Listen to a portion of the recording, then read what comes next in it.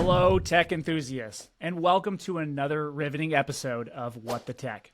Now, today we'll be diving into a topic that's both frustrating and fascinating in the world of IT security. Now, we've all had our share of hair-pulling moments dealing with security protocols, long passwords, and all the other things. But today we're actually going to be diving deeper and shedding some light on the nuances and necessities of these seemingly unending security hurdles. So let's go.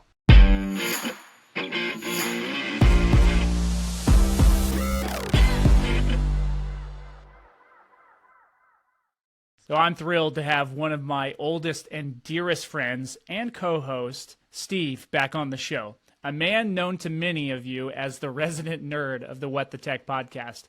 Yes, he's a tech whiz who knows how to make technology specifically relatable. But the best part is Steve always makes me laugh. Steve, welcome back to the show. No, great to be here. So as you know, I always like to kick things off with a curious question. I know you're super passionate about all things tech.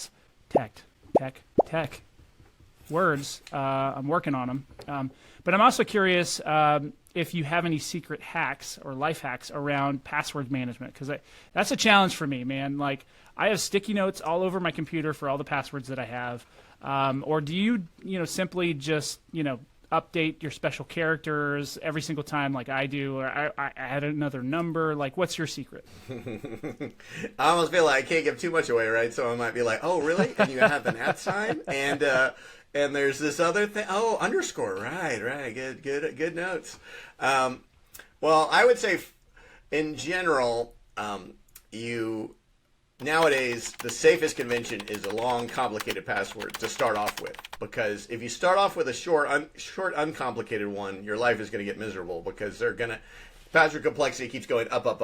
I mean, that's one of the big things we'll talk about in the podcast. But I think just anticipate needing a long, complicated password and then memorize that sucker. Like that is a good life hack. I mean, I've had to do that. I remember...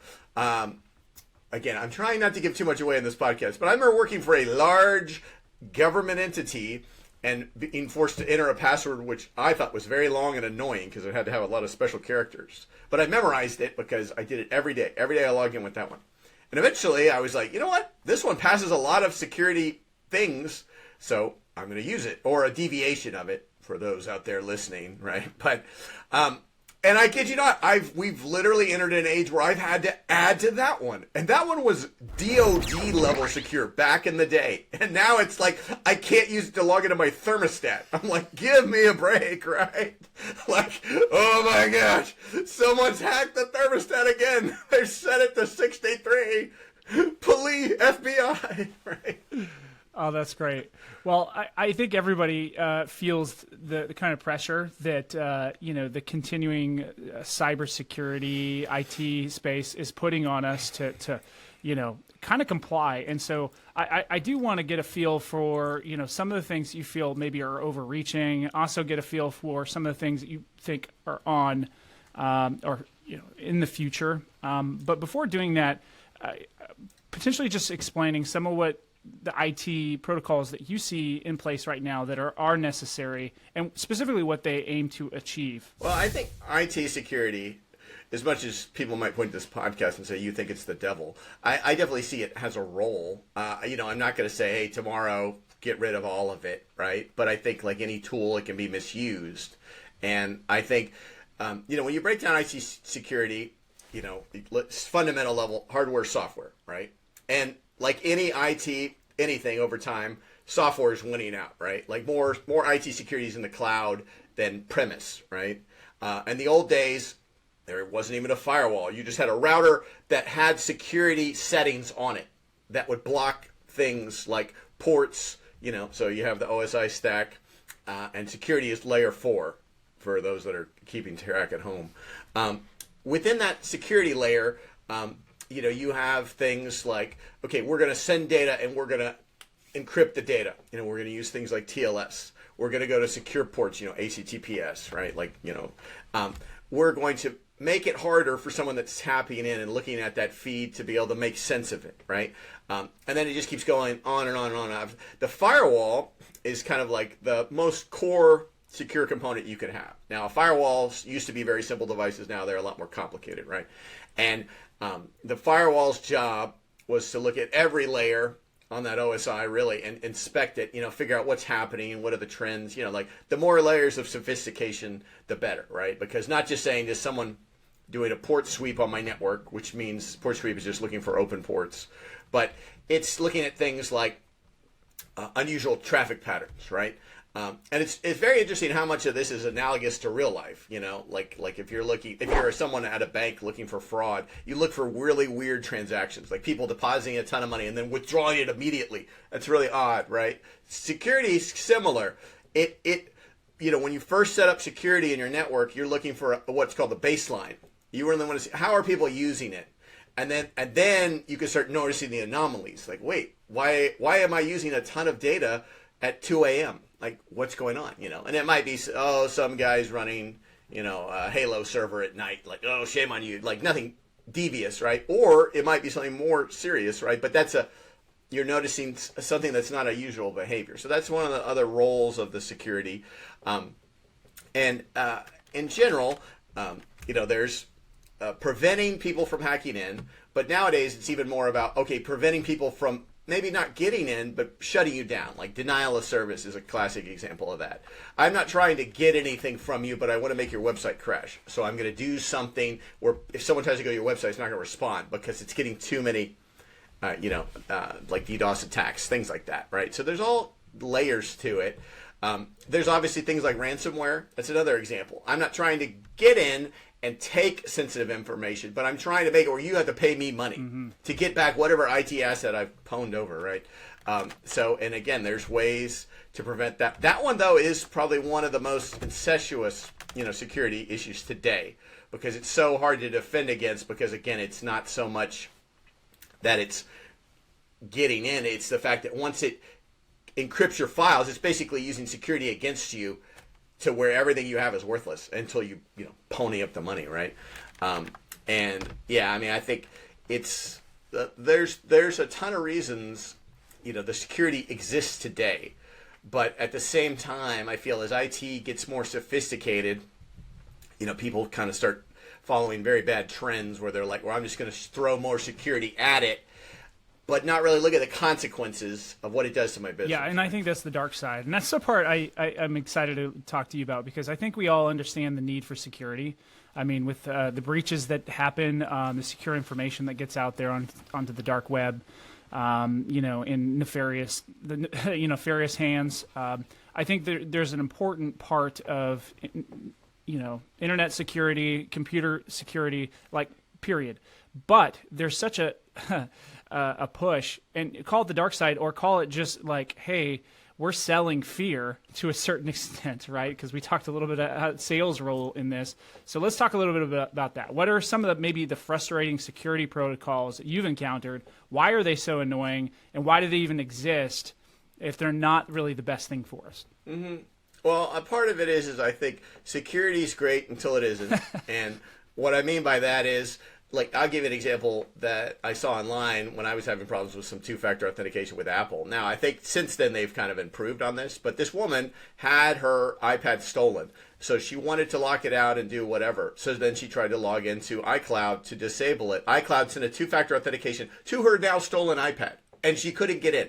She basically couldn't get in to stop the security problem that was happening because the security system in place was sending messages to the stolen item. It's just like the dumbest thing. Again, it's like Apple had never thought of this contingency. Well, clearly she'll always have this with her. No one will ever take it. It's like, no, stop it, right? And then there's other people that have sold things, like on eBay and didn't know, they didn't turn off the Find Me or whatever, and then people are sending, like, again, it's like, I think, first off, for a consumer, it should be, I can accept this security or I can not accept it.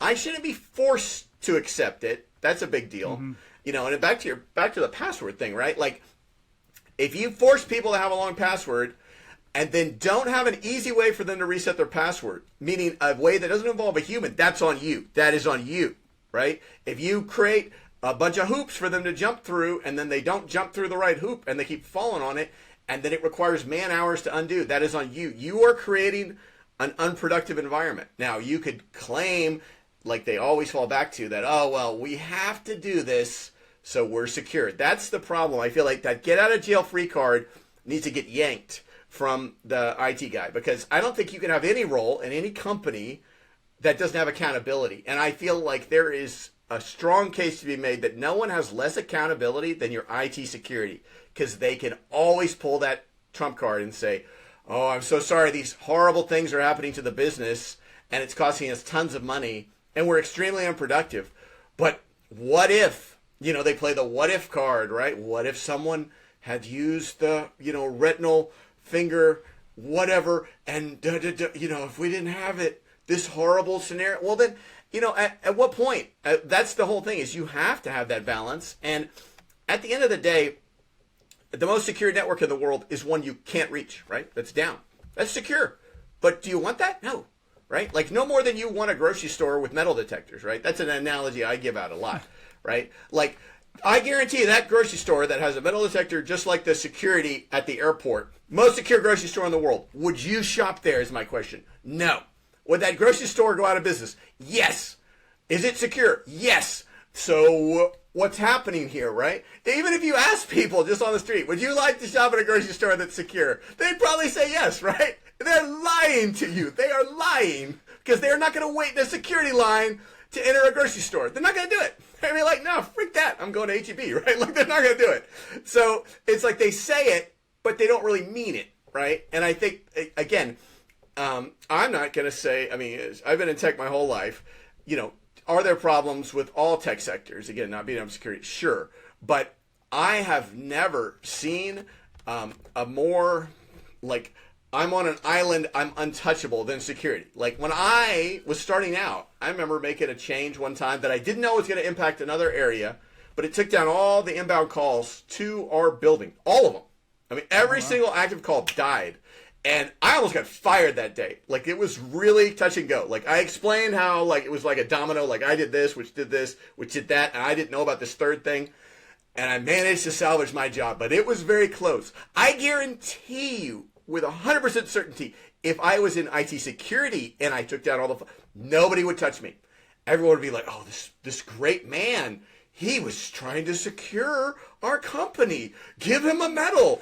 Put him in a parade, right? Like, it's crazy how they don't have accountability. And, we were sharing some stories. I wish I could go through all of them. But, I've seen ones where IT security blocked a device that got shipped there from communicating back to the mothership. And it sat there, let's say going almost a year. And the company, trying to keep things anonymous here, the company billed them day one they got that device. So over $1 million was spent on a device that sat in a corner. Technically I think they wrecked it, but whatever. Couldn't do anything because of IT security. And did I hear about, the turnover with IT security at that place for this debacle? Nope. Not one person lost their job. It was all just a bunch of, and that's the problem. IT in general has an issue where it starts going up the ranks, and then the executives aren't sure. Like, they don't want to say, let's make the company less secure. Like, that seems like a dangerous position. So let's just, either push it onto somebody else or kick the can down the road. Oh, we'll worry about that later, right? Because they don't want to make a decision because they're smack dab in the face of, like, okay, well, we bought the metal detectors for the grocery store. Like, what are we doing, right? And they're like, oh, wait, that doesn't seem like a good idea, but somebody said we should get it, and then they're just spinning in their chair, right? Yeah. Well, it reminds me of a story that I heard from the CEO of ButtleBot. And he was telling me a story about how, a lot of these companies, when, they're required to run these audits and have a red team go after their systems, right? And he says IT security teams are sometimes the most prideful people about the way that they do things, and they almost like hedge their bets. So they protect their systems to a point where they won't give you any access. They try to put you in a closed environment so you can't penetrate their system. And they said, hey, you're going to have to be honest with us. Like, you're going to have us give us a real shot here and not put us in some sort of closed system. And when they do that, they almost always find areas where they, can get into the system if they put the right approaches and strategies after it. So it doesn't surprise me that when you're saying, hey, they're putting all these protocols and they don't even know who to point the finger at, because again, you're going back to the fact, like, I don't want to be less secure, right? Like, that's the belief of corporate executives, because think about the liability with that.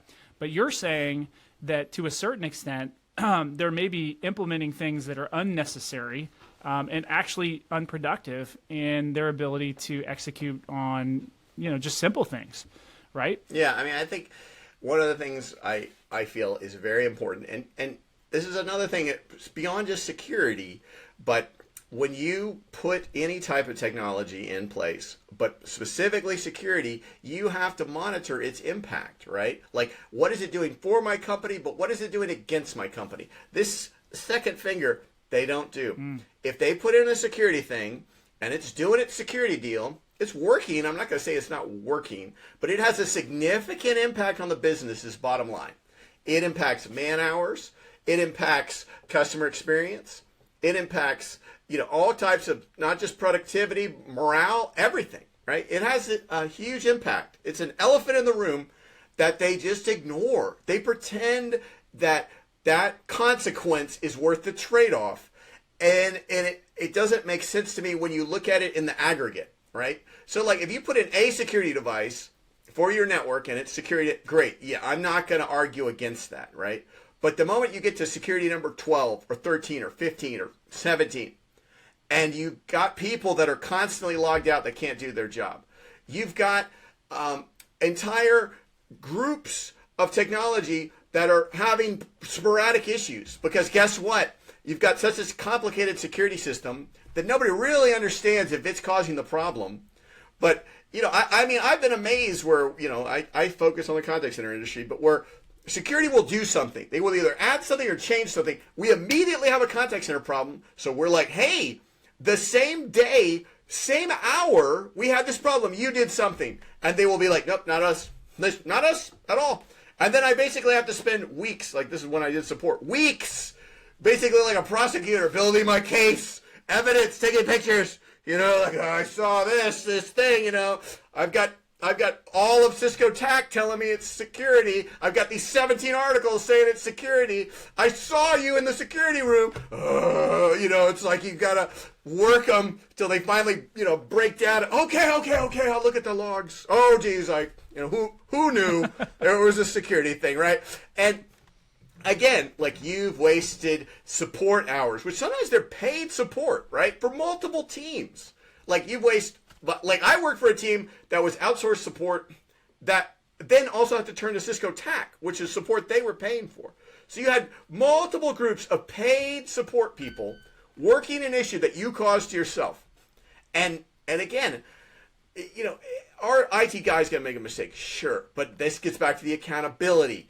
If you make an IT security mistake and it costs 800 man hours, does that even get recorded? Is there like an accountant that's going, okay, hold on, let me see, IT security, yeah, they wasted 10,000 man hours, all right, yeah, and this cost the company this much money, and okay, so we're going to fire somebody, or we're going to change our training, or we're going to do anything different so this doesn't happen again next year. No, it does not happen. It is as if it's like, again, you're walking past this giant elephant. Everybody's like, I don't see it. It's not happening. I mean, we need the giant elephant. He keeps out the bad people, right? Like, it's so stupid. But I kid you not, like, it's all in the name of security. If we didn't have it, these terrible things. But again, to me, you can only take that business case so far. And any business that's not actively tracking impact on users, on customers, on any of that, it is making a huge mistake. So I'm curious. I do want to know what the middle ground is for this, but real quick, in your experience working with Fortune, 50 companies all the way down to kind of smaller businesses, like, where do you feel like at some point, companies become more of a target, right? The big brand names, like we've heard about the Equifax, breaches and other things, but at some point they become more of a target. Like, where's the middle ground for, say, a small tech company, and what's it look like once you do hit that kind of I've got a lot of personal information. I've got security, or social security numbers. I've got credit cards. I've got like really important data. And everybody could be, fall victim to ransomware if you've got any sort of software, right? But, where do you feel like the middle ground is? And does it change, or is it on a spectrum as you get larger? Mm-hmm. Well, I think you've got to look at what are people trying, like, again, almost putting it back in the real world analogy. What do people want from my business? What would they possibly take? And then how could I prevent that, right? Everything from physical security to IT security, mm-hmm. right? And you have security training videos, which I find annoying, but I feel like the average person, they're helpful. Like, don't pick up a USB drive in the parking lot and try to plug it in, right? Like, that's a real one. That one's making a big comeback, where they just leave it. And some guy's like, And what's really funny is they're getting clever. They're putting on it, do not look at, or do not plug in. Right, because people's instinct is, well, it doesn't want me to. It must be really good.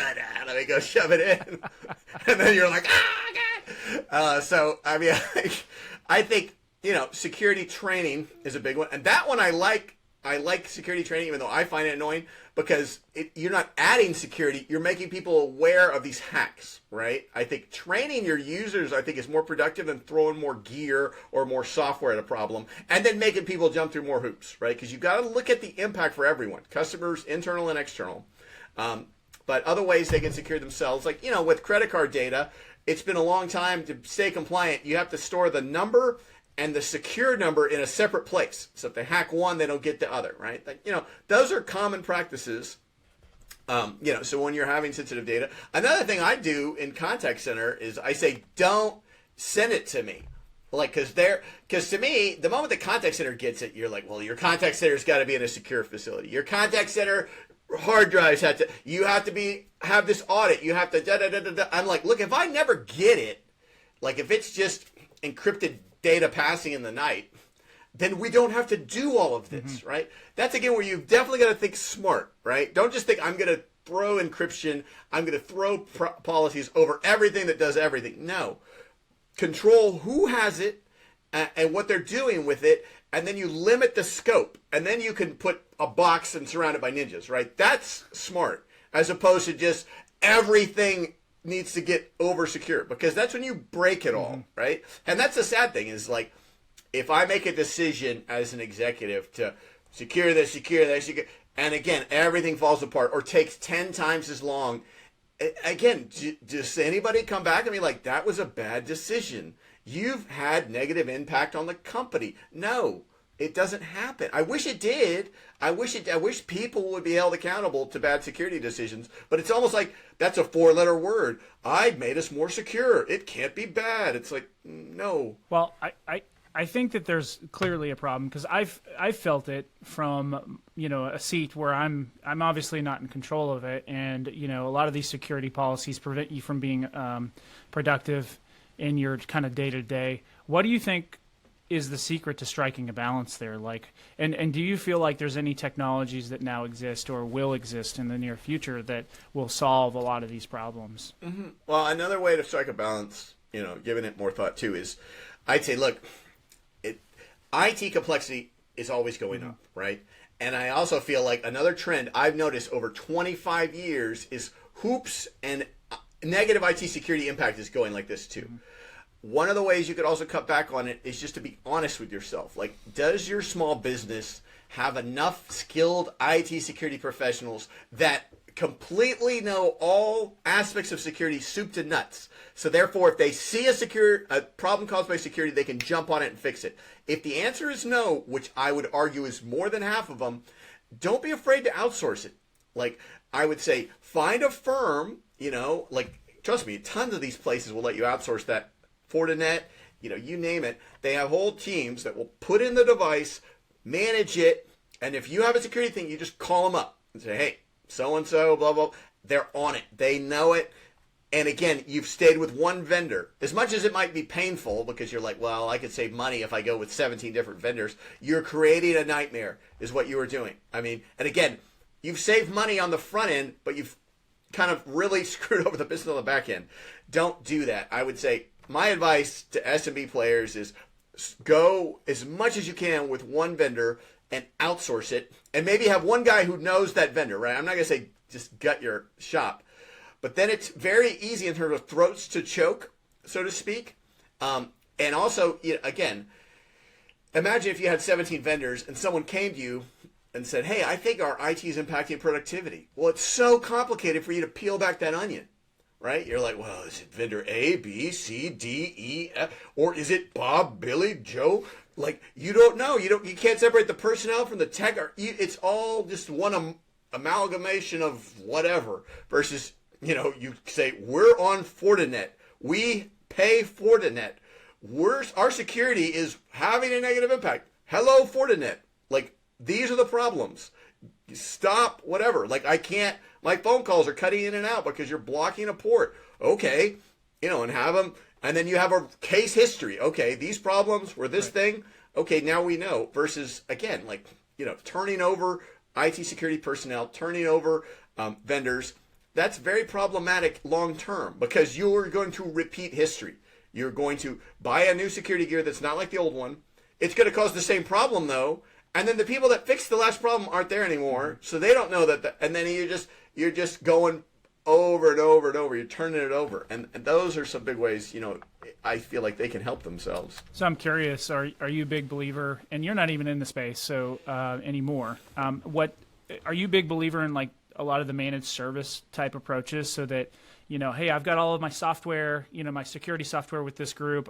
They're managing kind of any sort of escalations. They're managing, problems as we have them. They're also, deploying, the upgrades as needed. Are you more of kind of a hey, let me have one IT manager that kind of manages that relationships and make sure that that's done because it eliminates the need for people to justify their reason for being there, and it allows you to just stay focused on, hey, what's essential for your the core business? Yeah, I think it can make sense, but I think it's like anything else. It's a tool, and I don't ever want to say every tool is right. I mean, some companies that are, again, Fortune 50 are super smart that haven't gone certain things to cloud. Why? Because they bought this stuff 5 years ago, and it still works, and they don't have to pay anything. And the moment you're like, hey, you got to move 100,000 users to the cloud, and we're going to charge you $5 a month for them, like, that's an expense that's just going to appear out of the ether, right? So that's why they haven't moved, and I'm never going to say it's right for them to move, because, again, like, there's a cost-benefit analysis to everything. Now, I also don't think you should turn everything over to managed services if you can keep personnel, and it's a small thing. It's not a big thing, right? And also the level of sophistication, I think, comes down to it, right? Like for example, if you decide to outsource your coffee to Cintas or somebody like that, right? Okay, not a lot of sophistication to it, but if you have to pull it back, it'd be fine. People just go buy ground beans and you'd heat it up, right? That's more of a convenience than sophistication.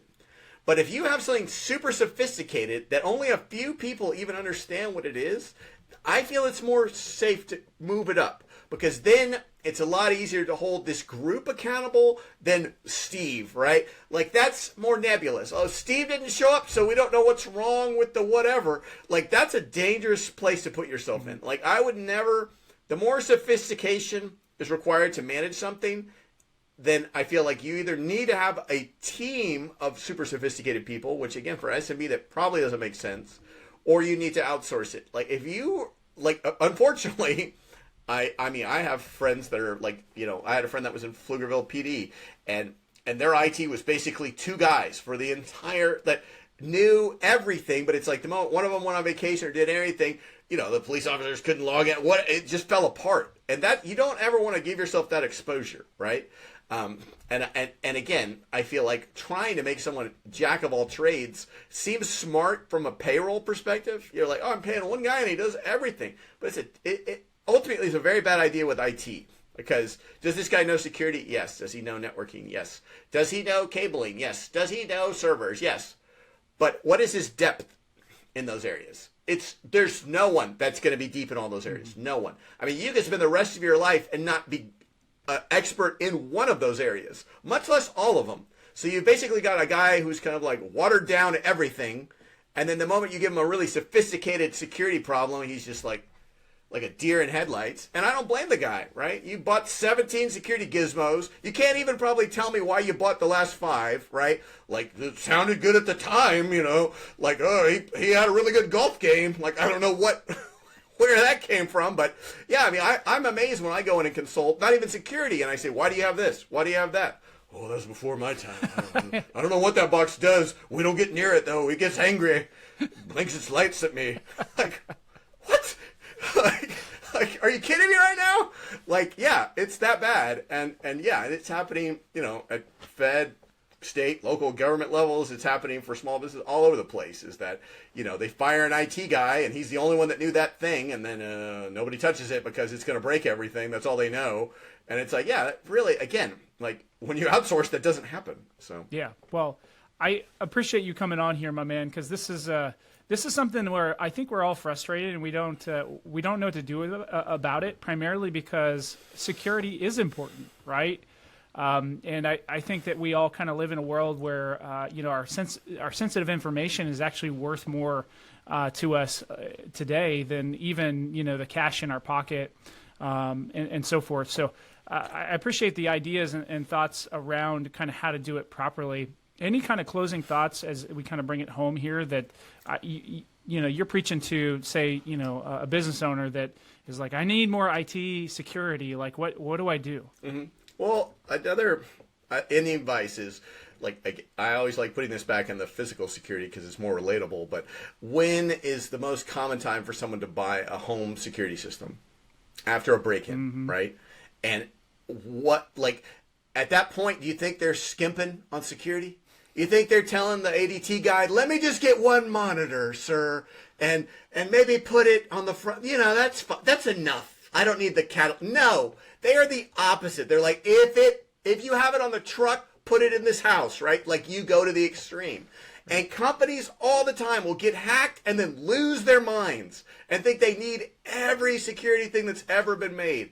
Do not do that to yourself, right? You've got to be smart. You've got to look at what happened, right? And I feel like if you're going to throw money away, throw it away at people doing, like what you mentioned, the auditing, to security audits. That's valuable because they can identify, okay, not only were you vulnerable here where you got hacked, here's 3 other areas you're vulnerable. And then also have that guy make his money. Be like, okay, what are ways we can do it without having to add complexity for users, hire another IT guy? Like, how can we manage this with a minimal footprint, right?